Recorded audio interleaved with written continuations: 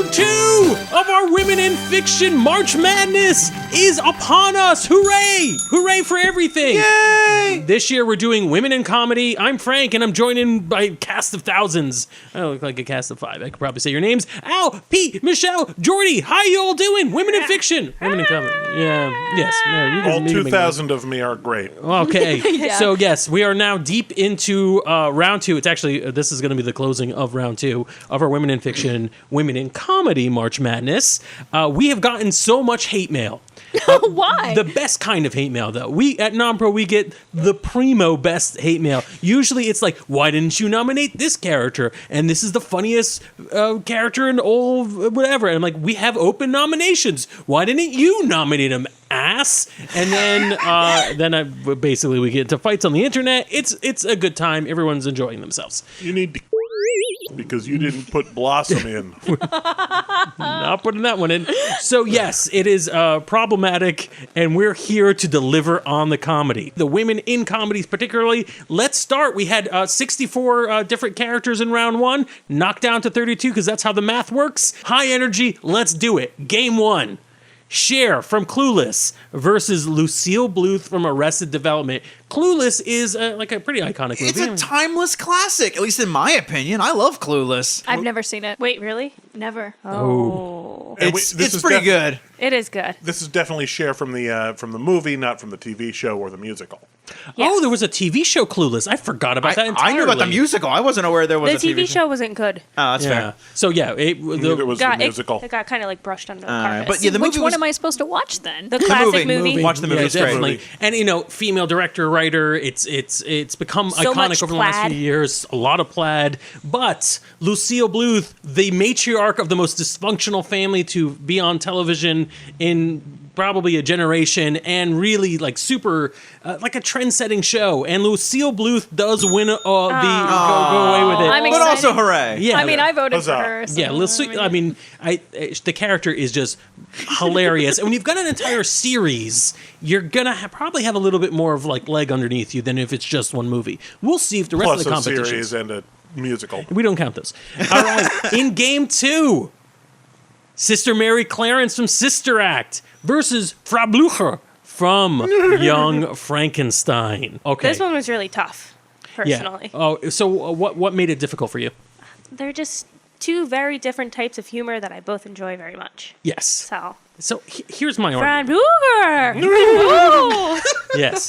So, I love Young Frankenstein yeah. on a healthy level. Young Frankenstein is a great movie. I think Frau Blücher was responsible for 3 jokes in that movie. There's the horse neigh for the glue. There's the "he was my boyfriend," which is just a ridiculous like with lightning and thunder crashing. Why would you even And care? playing the violin, yeah. And then there was the Ovaltine or whatever, like when they're offering increasingly more obscure drinks as a nightcap. That's it. I love Cloris Leachman. But really, versus Whoopi Goldberg, who we could have picked a million movies for her to be represented in. I don't know why Sister Act was the one that got put out, but it was a pretty fun movie. She's been in at least a half dozen amazing films, probably about a dozen crap films. I can't see how this was not a one-sided competition, but it wasn't. And Frau Blücher moves on to the next round. God, is she like the dark horse of this competition? The dark horse. Oh, everybody wants to no. I didn't mean to do that, but I did. Should have nominated Jumpin' Jack Flash. That was you know what? I enjoy that movie. It's not Theodore Rex, but it'll do. Game 3. All right. Game 3. Linda Belcher from Bob's Burgers. Aw, with Mrs. White from Clue. Mrs. White, known for the one joke in Clue. That's not true. That's not fair either. But Linda. I voted Linda so hard. I love her. It's funny that she's voiced by a man, but she's still, you know what? She's still the best mom. She She's really so is. supportive. She's so supportive, so kind of liberal. Like it's amazing. Her dynamic with all her kids, amazing. Madeline Kahn, amazing, but not amazing enough to make it to the next round. Linda Belcher makes it past game 3. Woo! Yay. All right, game 4, Maxine Shaw from Living Single versus Blanche Devereaux from The Golden Girls. Hey guys, I have a theory that The Golden Girls might run away with this competition. I was fearing that myself, actually. Yeah, Living Now, Single. I don't know why you would say that, but Yeah. I mean, I really did have to vote for her and almost every other Golden Girl.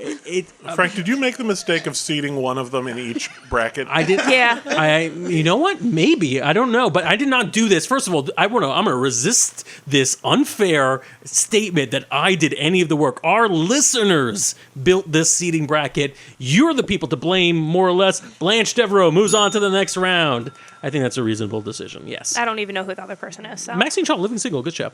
Game 5. Karen Walker from Will and Grace versus Pam Poovey for Archer. You know what? Or Pouvey. I still don't know. Pouvey, I think. Yeah, it sounds funnier. Pouvey. You know what? I would love to see this actually happen. We got to be able to get Megan Mullany to show up on an episode of Archer. That could happen, right? Yeah, Yeah. no reason not to. All right, because then they could rematch this because it was Pam that moves on to the next round. I voted for that, yeah. Oh, good. I love Karen. Karen is great. I think This was Karen's a fun actually character. hard for me. That was a hard decision. Yeah, I totally I can see the justification for both. I brought juice. All right, game 6. Lindsay Bluth, Arrested Development. Britta Perry, Community. That was hard, but I had to not vote for Britta. Yeah, why not Britta? Because first off, anything Arrested Development is great. And Yeah. Lindsay's character in Arrested Development was just so painfully stupid awkward that I clench my butt cheeks anytime I think about how offensively dumb she Yes, can be. I But know at that the too. same time, Britta, in a similar way, Britta is way hardcore into what she's doing Yeah. and a trope in a negative way. They are very similar characters. I didn't even think about this. They're both like they try to be progressives. Yeah. But they're like bad at it. Exactly. Oh, but at least man. Lindsay's played like in a Yeah. she's dumb and everyone knows it way. Britta is more like I'm self-righteous, whereas Lindsay's like excuse you, we're trying to have a charity auction here where we don't cook the chicken. Good reason to support Lindsay Bluth in this competition, and Britta Perry moves on to the next round. I am shocked. Not that I don't like Britta Perry or Community, but I'm really surprised that people are backing her up instead of thinking she's a killjoy. Game 7. They want that movie. Oh, God, could it still happen? Game 7. Rose Nyland from The Golden Girls versus Donna Meagle from Parks and Rec. I actually had to vote for Donna this time because Really? yeah, but because I love Donna. She's so funny. Like it's Donna's the best. treat yourself, Yes. everyone. Treat yourself to votes. It is the best. She's a great ensemble character on a show. She's not one of the leads. You could understand why she doesn't get support, but like up against Rose. I mean, it is Betty White, so Yeah. honestly, I don't care who wins this one. I'm happy either way. Betty White just wins in general. I was shocked to find this was not as one-sided as I thought it would be. I really did think it was going to be a landslide. It came out pretty close, not neck and neck, but Rose moves on to the next round. Yeah, I figured. Yeah. But you know what? It just happens. It just happens. People were very angry at us in the comments. We've now opened up commenting so that you could show your hate for us in other ways during the competition. We are at the halfway point. Game 8. Gina Linetti from Brooklyn Nine-Nine versus Mary Richards, the Mary Tyler Moore Show. God, this was so difficult. Oh my gosh. Was yeah. it? I love Gina Gina's the so best. much. She's so amazing. And just anytime in Brooklyn Nine-Nine when I thought a joke was finished and she just came in and murdered me, I thought of those. And I also thought of how she would have insulted me if I didn't vote for her. So I did. She probably find a way to insult you for not voting for Mary, though. I some way. honestly though, like I grew up on the Mary Tyler Moore Show. Like that was my mother's favorite show, and I've watched so much of it. So like I have such an emotional attachment to that character. Yeah, and it's hard to divorce Mary Tyler Moore from, like, to just say it's Mary Richards from Mary Tyler Moore. Like the Dick Van Dyke Show, Mary Tyler Moore, she's great in there. Laura Petrie was great. One of the few iconic characters, like the classic sitcoms that showed up in this. I'm honestly surprised our audience is educated enough to have watched any of these shows. You lowbrow, disgusting sons of... Gina Linetti moves on to the next round. It was close. It was very close. Game 9. Shirley Bennett from Community versus Liz Lemon from 30 Rock. Liz. Does anybody want to support Shirley in this? Shirley's Not fun. really. She has her perks as a character. Yeah. but Shirley is a good character. She's not I feel better like she's than- more wholesome than funny, though. Yeah, I felt she was I did not like her. I wasn't supposed to, right? She was kind of Yeah. like, judgmental, and that was her joke. But Liz Lemon moves on to the next round. This is probably one of the more one-sided fights in the game. Game 10. Good job, Lemon. Nice. Game 10. Lucy Ricardo from I Love Lucy versus April Ludgate from Parks and Rec. All right, we already had one modern classic sitcom unseat a genuine classic sitcom. Do you think this is going to go Donna Meagle versus... No, I think April got slaughtered. Yeah, oh really? April probably lost, but I still voted for her because her sense of humor is pretty much. I just love how. Honestly, her relationship with Ron Swanson probably made half that show for me. Just how she doesn't give a crap about anything, and he appreciates that. Yeah, it's one of the reason why he hires her and promotes her. As someone that works in local government, I very much relate to April. I absolutely love April, but there's something about Lucy you cannot deny. Lucy does move on to the next round. Hey, folks out there, Lucy did not, there was a wide margin in round one. Not as wide this round. Oh, no. Will Lucy stay in the competition forever? Will she survive an encounter with a Golden Girl? Tune in next time, That's maybe. the fight I'm waiting for, and it better happen. Yes. All right. Game 11. Basically the entire female cast from Modern Family lumped into one category, which may or may not have been fair. We got angry letters. Of course we did. Versus Eleanor Shellstrop from The Good Place.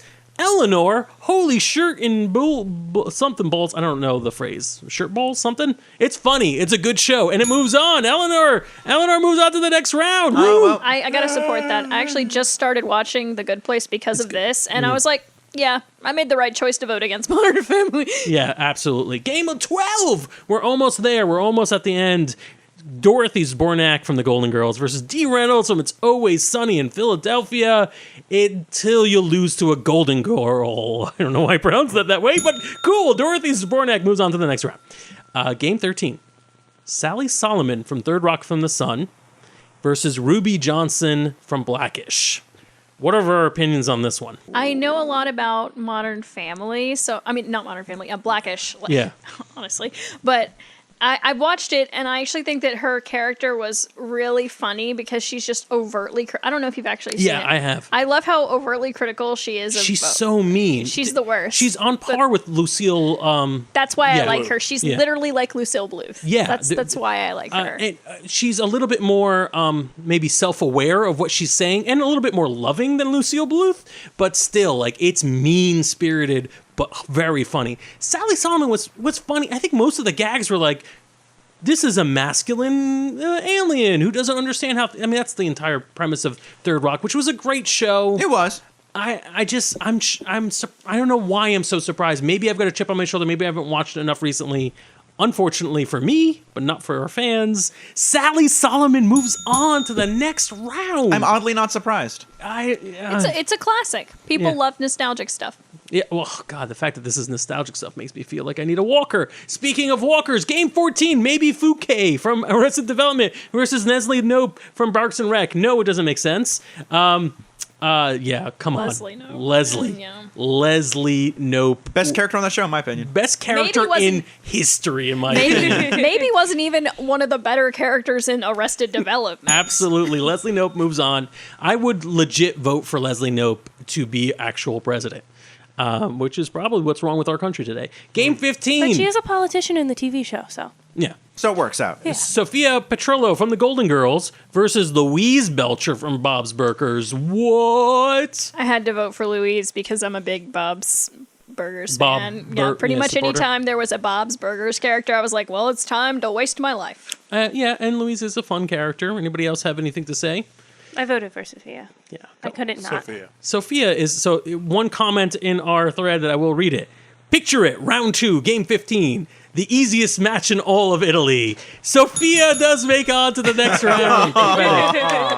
Yeah. Game 16, our final game of round 2. Get ready for it. Kitty Foreman from That 70s Show versus Janet from The Good Place. I'm going to be real and say, I'm going to say the same thing that we said last game, which is I'm not sure why Kitty's here. There were funnier female characters in that show. And but I mean, you tell me, Frank, where'd we go with this? I love Kitty. I think she's great. Oh, And she puts the dog on the counter. He likes to be tall. And that is what I aspire I am an adult, as an older person, I guess. Yes, I like that. Put Life the dog goals. up, life goals. Be Kitty Foreman. Yes. Yep, I have to bring up last week's objection to Janet even being in this because Right. as she repeatedly states, she's not a woman. Technically not a woman, but yeah, that is very true. I'll be honest with you folks, this was 50-50 up until the last few minutes, which is technically after doors closed for the polls. But we do have a decision, and we're going to stick with it. Kitty Foreman moves on to the next round. Oh, that was sweet. Hey, you know what else is sweet? Getting your hate mail all the time. Listen, let's be serious here. Comedy is subjective. We understand that this is mostly a way of celebrating our favorite characters out there. If you have a character that was not mentioned in our poll or got kicked out this round or got kicked out last round or, hey, is still in the competition and you'd like to write an article about it, please drop us a line, info@non-productive.com. We'd love to post your article, or if you want to send us something like painted with human blood on a canvas, maybe we could arrange that, or I don't know, whatever crazy thing you're obsessed If you're with. going to do that, just make sure it's your own blood. Yeah, just don't take somebody Or a else's willing blood. participant. I guess, yes, but then, you have to have them sign a waiver, and do you sign that in blood? And then you need a waiver for the waiver. It's really ridiculous. You Yeah. also have to worry about, bloodborne pathogens and everything Oh, I'm a scientist. So anyways, Just be yes, safe. follow this Wear your contest for gloves. more and go to non-productive/vote to vote on round 3, which should be out by the time you're listening to this podcast. Oh, joy! Good night, everybody. I'm cutting that out. This has been a non-productive media presentation. Executive producer Frank Hablawi. This program and many others like it on the Non-Productive Network is distributed under a Creative Commons Attribution Non-Commercial No Derivatives license. Please share it, but ask before trying to change it or sell it. For more information, visit non-productive.com.